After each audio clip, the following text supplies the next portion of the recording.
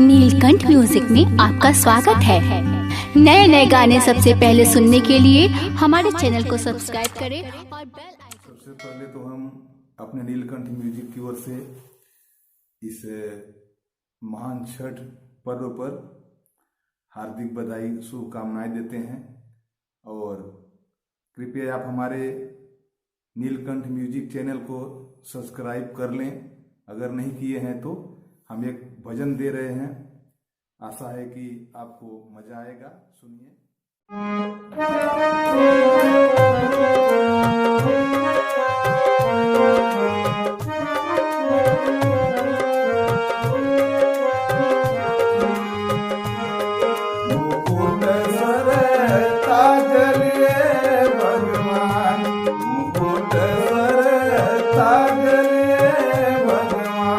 पधारो याद जनकपुरी श्री राम सर ताजलिए भगवान मुकुट सर ताजलिए भगवान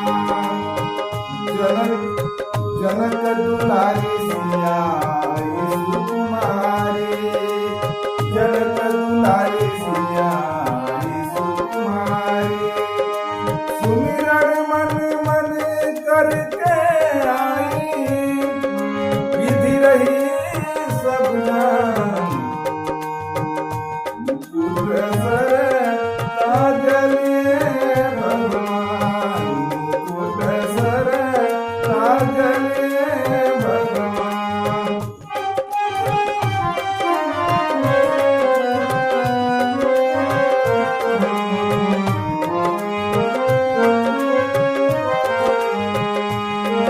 चलिए संग ले सखिया फुलवारी बिना, चलिए संग ले सखिया फुलवारी बिना।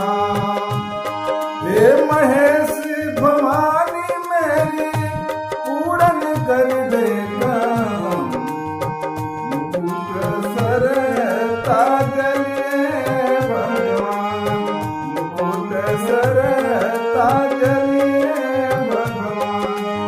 पधारो आज जनकपुरी श्री राम मुकुट सर ताजलिए भगवान। मन के पाप मिटे सब पल में जोल बोले प्रभु नाम। और बिन सारे इनके सहारे जोले सुबह मुकुट सर ताजलिए भगवान। पधारो